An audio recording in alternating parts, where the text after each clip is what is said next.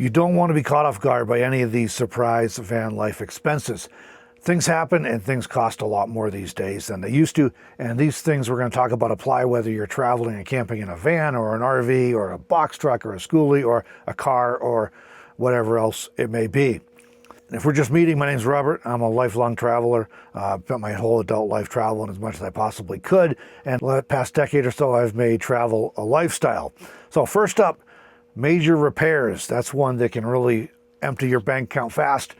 Think of things like engine repairs or engine failure and replacement, transmission, major repairs or replacement again, differential, expensive, complicated diagnostics. There's a whole lot of things that can go wrong with vehicles these days that are just staggeringly expensive to repair. Second up is towing and recovery. A breakdown or getting stuck can be really, really expensive, in addition to very inconvenient and very frustrating. Towing coverage, if you have it, can be iffy. Just last winter, so a little over a year ago now, we were traveling from Wyoming to the Southwest Desert on the first week of January, and the Prius of all vehicles, I was worried about the van.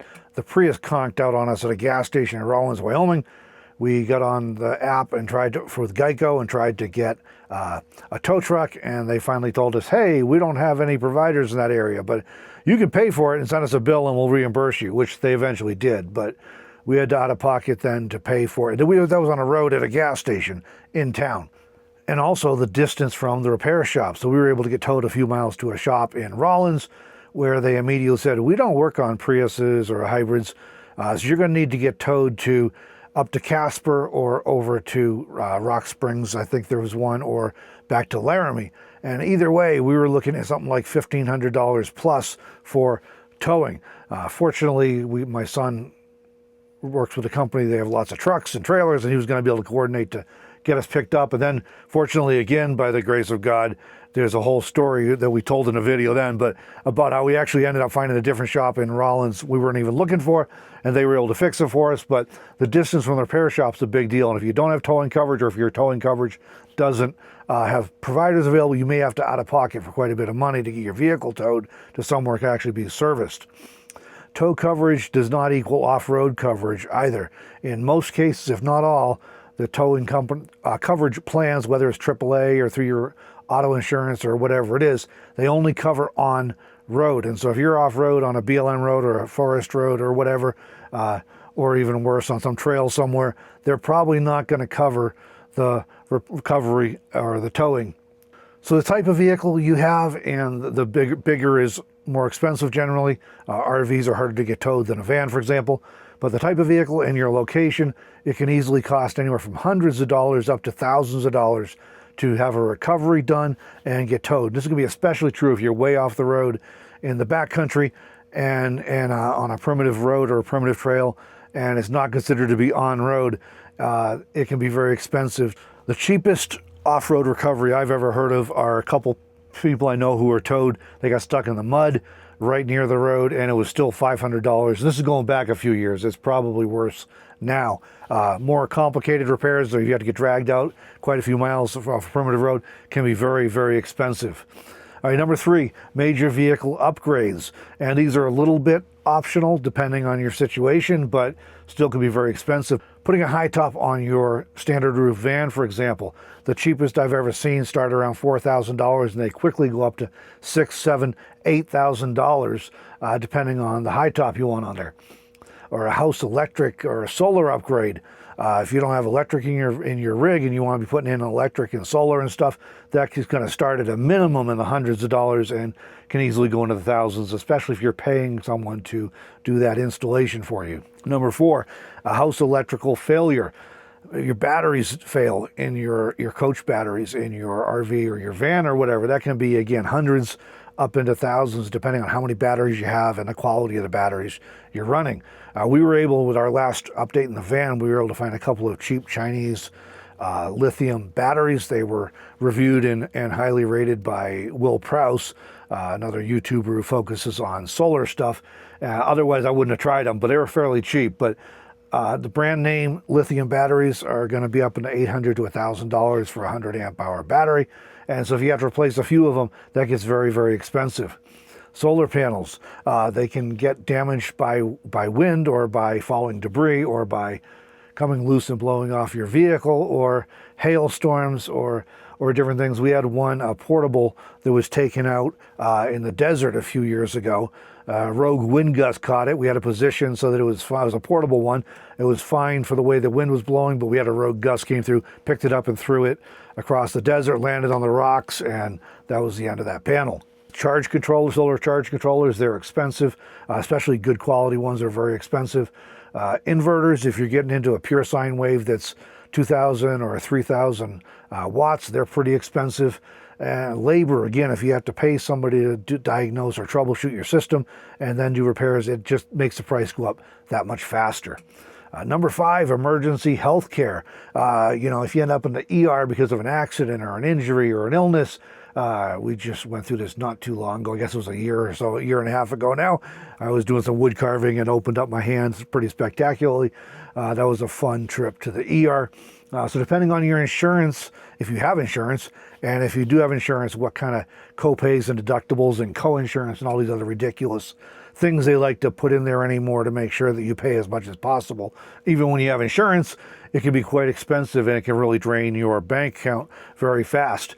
Emergency procedures, you end up sick or injured and you get to the doctors and they're like, hey, we got to do this or that, and you got to be able to pay for it. And that could be staggeringly expensive as well. Prescription medications, if you have something comes up and you need meds you weren't counting on, again, they can be really expensive in some cases. And let's not forget pets. If you're traveling with pets, you got the stress of trying to find a vet that actually has availability to take you in somewhere near where you are when something happens. And veterinary care is probably almost as expensive as human health care anymore. So any of these emergency healthcare things can really drain your bank account fast. Number 6, pay to stay, or rent, you might call it. I've been surprised over the years how many times I've seen people talking on various social media things about how they started van life or RV life and thought it was going to be cheap, but they're staying at expensive RV parks or campgrounds, and it just burns up the money very fast, and you can end up spending just as much money or more money as you would living in a traditional sticks and bricks house if you're trying to travel, but you're doing pay to stay and you're dining out a lot and you're going to tourist things and whatever. But the rent can add up fast. So if you're able to find, if you're doing boondocking, or if you're able to find like work camping gigs where you're staying for free, or you're visiting and staying at friends and relatives' places, that can keep your costs down. But if you got to pay for campgrounds and RV parks, that can add up really fast if it's not something you're planning on. Number 7, utilities. This is going to apply mostly to new travelers who are still trying to get things set up, but electricity, internet, heating and cooling, even water, all the stuff that if you're living in an apartment might be included, or you're used to being at one kind of price point. Electricity, you either have to have a generator or you have to be paying to stay somewhere to plug in, or you have to have solar, which is what a lot of people do if they're traveling a lot. I've been doing it for years. It's fantastic. But you have to have the solar panels and the solar charge controller and the batteries and any other connecting things you need there, fuse block and whatever for your stuff you're running off of it, or you need solar panels and a power station. But either way, there's a fair bit of expense to get that set up if you're not already set up with it. Internet, a lot of people can get by with just their phone and whatever their plan is on that.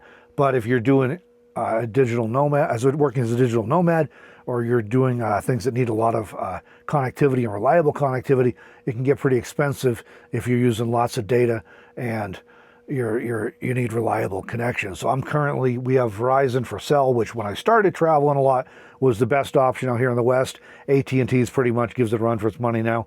But I've upgraded to Starlink, and it's fantastic, and it's worth every penny. For my situation, because I'm a digital nomad, it allows me to travel more places and camp and visit more places and still be able to work while I'm traveling, but it's expensive, both the equipment and the service. Heating and cooling. Heating's the easier of those two. If you need cooling, you really have to figure out how you're going to be able to power that cooling, because it tends to be an energy hog. But heating, even at that, you still have to invest some money in it. And if you want something beyond like a Mr. Heater portable buddy, which is not something I recommend, except for as like a backup emergency thing. I did it for years. We've upgraded to a diesel heater. We went with a Vivor cheap Chinese diesel heater.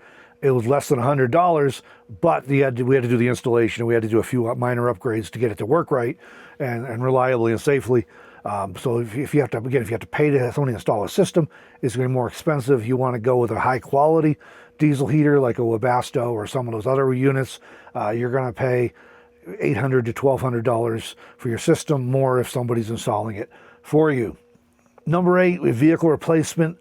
I'm recording this right now sitting in our vintage trailer. It's a 1996 Dutchman Aerolite.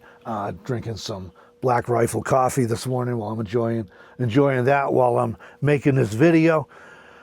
But this thing is worn out. It's almost 30 years old. It's an ultralight, and it's literally just disintegrating and falling apart. And matter of fact, the reason we had to put the custom high top on the van last fall was because we knew we could not tow this trailer again. So this thing's going away this year, but it happens. Everything wears out.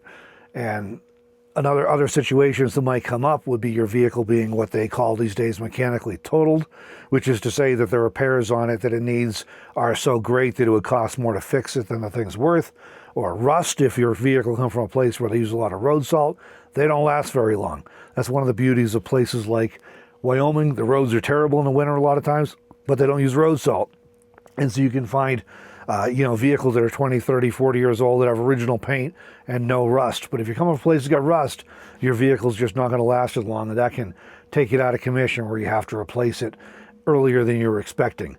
Crashes happen, and under the ideal circumstances, you have great insurance and it's going to cover it. But if you don't have full coverage, or if someone runs into you who's not properly insured, or you have deer or antelope or all these other things, where the deer and the antelope roam, all that stuff, they get in front of you and it gets crashed, or theft and vandalism, or even vehicle fires. We've seen several RV fires in the last couple of years that we witnessed, at least from some distance, and they can just be devastating, and that can totally wipe it out. You think about it, we got a vehicle, we're cooking in it, we got electrical in it, solar, maybe batteries, generators, all kinds of things going on that can cause fires, and sometimes do cause fires. They tend to go fast in vehicles, and so that could be a total loss and lead to a vehicle replacement that'll drain your bank account really fast if it's not something you're prepared for. In conclusion, these are 8 surprise expenses that can and do come up. These are all things that I've either experienced personally, or I know people who have experienced. I've seen them happen, so I know they're real things. Mitigation can help with some of that. You can mitigate by insurance to a certain extent. You can mitigate by just planning and preparing and trying to have as much savings as possible so you have resources, because there's not too many problems we're going to come up with as travelers and campers that cannot be fixed with a suitable application of cash. There's a few things, but generally speaking, if you got a little money set aside, you can deal with things much easier than if you do not. And hopefully the mitigation allows you to deal with any of these things that come up without emptying your bank account. So what do you think? What are some of the categories of things? Is there anything I missed that you think is a really risk for travelers and campers, lifestyle travelers who that can empty out your bank account if they hit you unprepared? And finally, if you're interested in cheap travel and camping, check out this video I just did recently about camping and traveling in a Toyota Prius.